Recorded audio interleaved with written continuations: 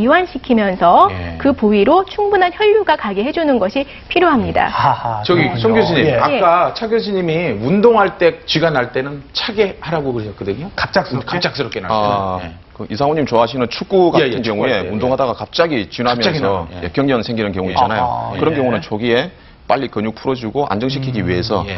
냉찜질을 바로 순간적으로 해주는 그때는 거죠. 또 그 당시에 차이가 냉찜질. 있군요. 이렇게 하나하나 살펴보니까 참 좋습니다. 네.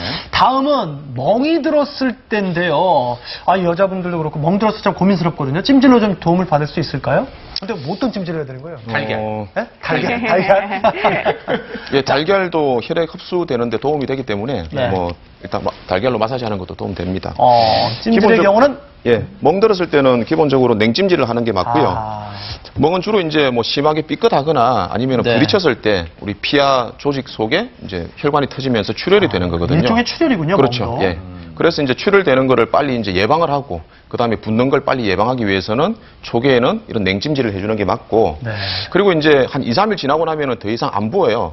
이제 그런 경우에는 출혈된 안에 있는 혈색소라든가 노폐물을 빨리 혈관을 통해서 흡수를 시켜야 되기 때문에 네. 한 2, 3일 지나고 나서는 아까처럼 냉찜질과 온찜질을 약간 교대로 하다가 이제 온찜질로 이제 바꿔주는 게 좋습니다. 네. 그렇군요. 네. 네. 그리고 왜 머리가 아플 때도요. 두통이 있을 때도 찜질을 하면 좀 도움이 될 것 같은데 그렇죠. 예. 이럴 땐 어떤 찜질이 좋을까요? 뭐 예. 이건 보나마나 예. 보나마나? 예. 냉찜질일 것 맞습니다. 같아요. 아, 예. 역시. 뜨겁게 하면 머리 더 아파요. 그렇죠. 예, 네. 머리 아플 때 뭐 뜨거운 거 되는 분은 안 계실 거라 생각이 되는데 한방에서는 두한 조결이라 그래서 머리는 서늘하고 발은 따뜻하게 하는 것이 건강의 기본이다라고 보고 있거든요. 그리고 두모 냉통이라 그래서 머리는 차가워서 생기는 병이 없다고, 통증이 없다고 보고 있습니다.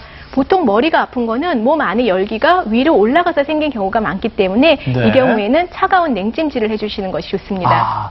마지막은 복통인데요. 복통은 뭐 당연히 따뜻하게 해주시는 게 그렇죠. 좋을 것 같죠? 네. 예, 복통. 맞습니다. 예. 온찜질. 아까 두모 냉통이라고 했던 것처럼 복모 열통이에요. 복통은 뜨거워서 생기는 것이 없거든요. 대부분은 속이 차서 생기기 때문에 따뜻하게 찜질을 해주시는 것이 좋은데요. 보통 네. 일반적으로 뭐 건강을 유지하기 위해서도 배를 따뜻하게 많이 해주는데 여기서 조심하실 것이 있어요. 만약에 따뜻하게 찜질을 해줬는데 배가 더 아프다, 많이 아프다 할 때는 급성 충수염 같은 그런 염증성 질환을 의심할 수 있기 때문에 네. 바로 병원에 가보시는 것이 필요합니다. 아하. 자, 요 앞에 사례들을 잘 기억해 두시면 좋은데 요거 말고 다른 사례들이 분명히 있을 거예요. 그때는 조금 우리가 알쏭달쏭할 것 같아요. 차 교수님 설명 좀 부탁드릴까요? 예. 그 주위에서 이제 이렇게 여쭤보시는 것 중에 그 수술을 하고 났을 때 어떤 찜질을 해야 되냐 이런 네. 거 여쭤보거든요. 네. 주로 수술하고 나면은 그 상처나 이런 부분 때문에 붓고 예. 또 이제 뭐 감염 위로 어떤 우려도 있고 그래서 초기에는 주로 그 냉찜질을 해주는 게 맞고요. 예. 어느 정도 시기가 지나면은 따뜻한 찜질을 해주는 게 좋을 것 같습니다. 네. 그렇군요. 그리고 이제 그 우리 상체에 열이 많아서 코피 나는 경우 있거든요. 네, 이런 네. 경우는 원인이 열이기 때문에 냉찜질을 해주는 게 빨리 코피가 먹겠고요. 예. 또 이제 우리 운동할 때 예. 운동 전에 어떤 찜질을 하고 후에 어떤 찜질을 하느냐 이런 질문을 하시는데 운동 전에는 따뜻한 찜질을 해서 근육을 이완시켜서 충분히 네. 운동력을 크게 하고요. 하고 나서는 근육을 안정시켜야 되니까 냉찜질을 하는 게 맞습니다. 아하. 그렇군요. 냉찜질과 온찜질 어느 경우가 효과적인지 봤는데요. 그렇다면 좀 피해야 할 경우도 있겠죠. 피해야 이것도 할 사람들의 중요하겠습니다. 경우. 네. 네. 주로 이제 냉찜질, 온찜질 모두 다 그 감각 소실 환자분들, 특히 당뇨가 심하신 분들은 감각을 못 느끼세요. 특히 이제 온찜질 같은 경우 그 화상의 우려도 있고 또 이제 아예 선천적으로 찜질이 깝깝하다고 싫어하시는 분들 계세요. 네. 이런 분들도 안 되겠고요.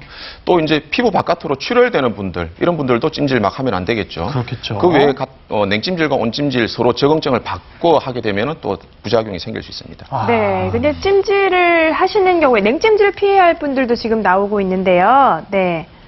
설명을 좀 해주시죠. 설명을 좀 해주시죠. 네. 냉찜질을 피해야 할 사람들. 아.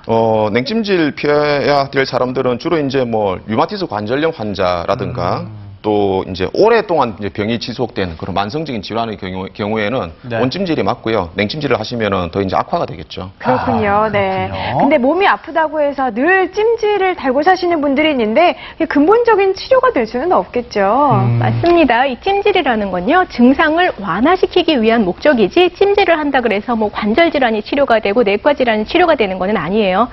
우리 조상들이 예로부터 주변에서 얻기 쉬운 재료들, 소금이라